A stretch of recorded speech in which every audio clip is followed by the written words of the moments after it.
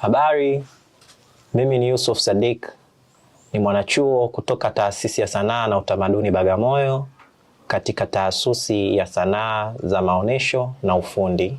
Mimi ni mbunifu wa mavazi na mitindo na zaidi sana nimejikita katika ubunifu wa mavazi ya jukwaani, kwa maana kwamba kwa lugha ya kigeni tunasema costume designer, lakini pia ninafanya mitindo ya mavazi ambayo kwa lugha ya kigeni ndio fashion designer. Napenda kumshukuru Mwenyezi Mungu kwa zawadi, kwa sababu kwangu mimi fashion and design au kuwa costume designer sio tu kitu ambacho labda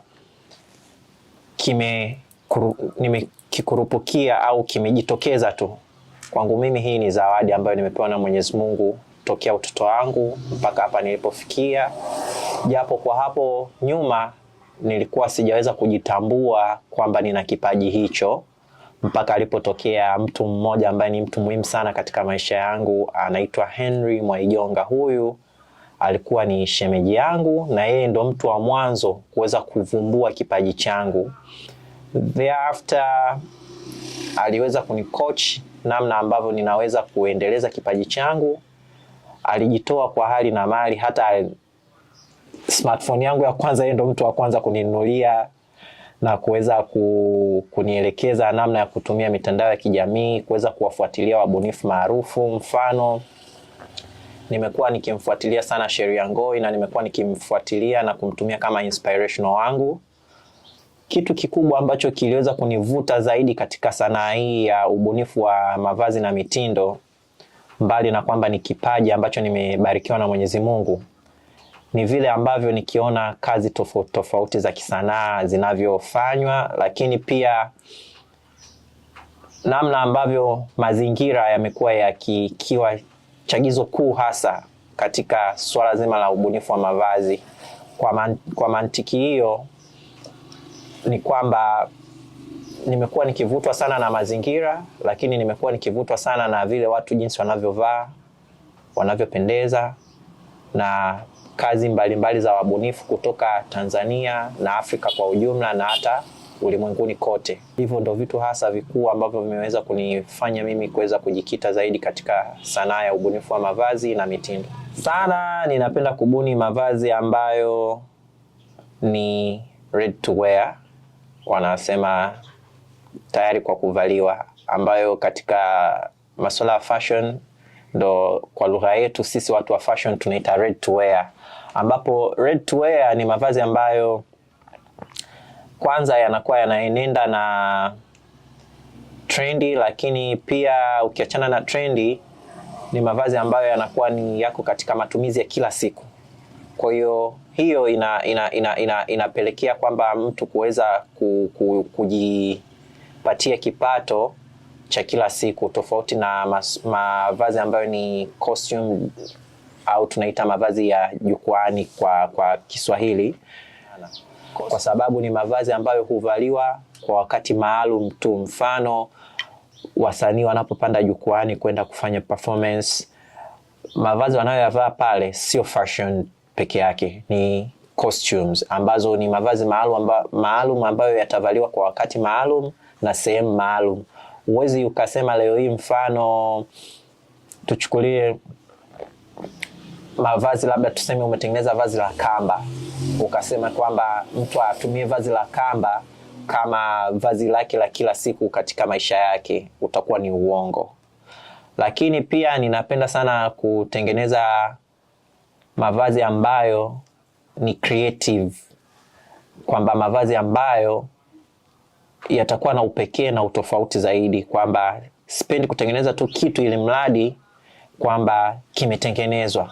Napenda nikitengeneza nguo, hata kama itakuwa ni katika matumizi ya kila siku, ni iwe nguo ambayo mtu yeyote akiiona iweze kumvuta na kuuliza hichi kitu kafanya nani. Ubunifu wa mavazi 100% unahusiana na taaluma ya visual art, kwa maana kwamba inahusisha pia uoni.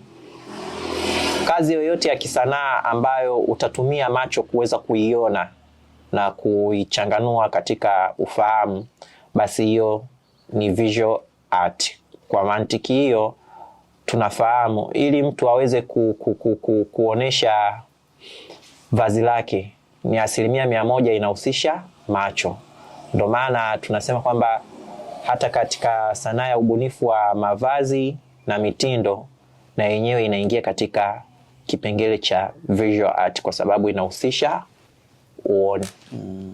Mbali na kuwa mbunifu wa mavazi na mitindo, kwa ujumla ni mtu ambaye napenda sanaa kwa ujumla. Kwa watu ambao wamebahatika kuishi na mimi na wananifahamu, wanafahamu kabisa kwamba sanaa ni sehemu mojawapo ya maisha yangu.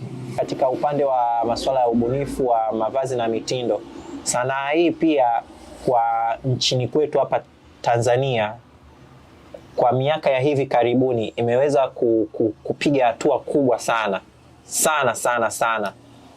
kiasi kwamba hata mataifa mengine yameweza kututambua sisi ni nani. Mfano mzuri naomba nimwongelee dada mmoja ambaye ameweza kufanya kitu kikubwa sana ambacho hakikuwahi kuwepo Tanzania na kinazidi kushika hatamu zaidi. Naomba nimwongelee dada mmoja anaitwa Anna Collection. Huyu ni mwanamama ambaye kimsingi yeye hakusomea masuala ya fashion, lakini aliweza kupicture kiasi gani sanaa ya ubunifu wa mavazi na mitindo inaweza take over the world, lakini pia kwa nchini kwetu ni kwa kiasi gani ina uwezo wa kutanua mipaka yake na kuwa mojawapo ya chanzo cha kipato kwa vijana wengi. Na ndio maana utaona sasa hivi ana academy ambayo kwa hapo miaka ya nyuma hapakuwepo na academy yoyote ya masuala ya fashion. Lakini ukiangalia katika nchi zingine ambazo zimeendelea, hicho kitu ni kipo na kwao sio kitu cha ajabu au cha kawaida, lakini pia kimeweza kutumika kama daraja la kuwawezesha vijana wengi kuweza kujikwamua kimaisha. Mradi ambao nimewahi kufanya au ambao nimeufanya na najivunia nao sana, wa kwanza kabisa nimefanikiwa kumvalisha mojawapo ya watu maarufu sana hapa nchini kwetu katika tasnia ya filamu ama masuala ya uigizaji, ambaye ni Beatrice Taisamo, ambapo kwa watu wengi wamekuwa wakimfahamu kama Mama Luka katika tamthilia ya Jua Kali. Lakini si huyo tu, na pia natizamia pia kupata mialiko au kufanya kazi na watu wowote kwa namna yoyote ile ambavyo wataweza kuni approach. Lakini mbali na hiyo, kazi nyingine ambayo ninajivunia nayo sana kwa sasa hivi ni kazi ambayo nimeweza kuitengeneza nikaweza kuipresent katika tuzo ambazo zitaenda kufanyika mwezi huu tarehe 26 katika Tasuba Awards. Ni kazi ambayo kiukweli mimi mwenyewe nikiona nasema this is it. Salute. Najivunia nayo sana kwa sababu niliwekeza nguvu kubwa, mawazo makuu na mazito zaidi katika kufanikisha hicho kitu. Hopeful nitapata mialiko. Ushauri wangu kwa vijana ambao wanahitaji kuwa wabunifu wa mavazi na mitindo au wanaotaka kufanya kazi za sanaa za maonesho na ufundi ni kwamba, cha kwanza, usikate tamaa katika sanaa yako. Lakini cha pili, perfect practice makes perfect. Kwa maana kwamba mazoezi mazuri kwa wingi ndio yatakayo kufanya wewe uweze kuonekana zaidi au kuwa na kazi nzuri zaidi. Kitu kingine ambacho nitawashauri ni kwamba katika ufanyaji wao wa kazi wasipende kufanya kazi kwa mazoea. Kwa sababu ukiwa mtu unafanya kazi kwa mazoea kwamba let me talk about my side, kwamba mfano kwa watu ambao wanataka kuwa wabunifu wa mavazi na mitindo, ukisha kuwa labda, kwa sababu kwenye hii sanaa pia sio lazima ujue kushona, lakini ukiwa unajua kushona pia itakusaidia. Na sasa mfano kwa wale ambao watakuwa wanajua kushona, wasikariri tu kwamba shati si linakatwa hivi, suruali inakatwa hivi. Kwa hiyo akiwa ni mtu wa kufanya hivyo, anaweza pia akafanya kazi sawa, lakini zisimpe credit kubwa zaidi, kwa sababu atakuwa anafanya vitu katika hali ya mazoea. Kwa hiyo wasipende kufanya vitu katika hali ya mazoea kwamba tu mimi najua kuchora si ni hivi tu, hivi nimemaliza. Hapana.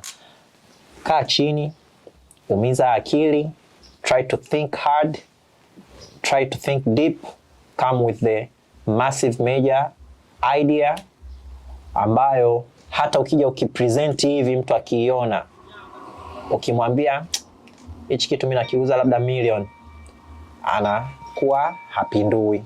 Tofauti na ile tu kwamba umefanya kitu labda locally, mtu ukimwambia labda hichi kitu changu mimi nauza milioni, anasema bwana, nimeona mtu fulani naye kafanya kitu kama kile kile, kwa hiyo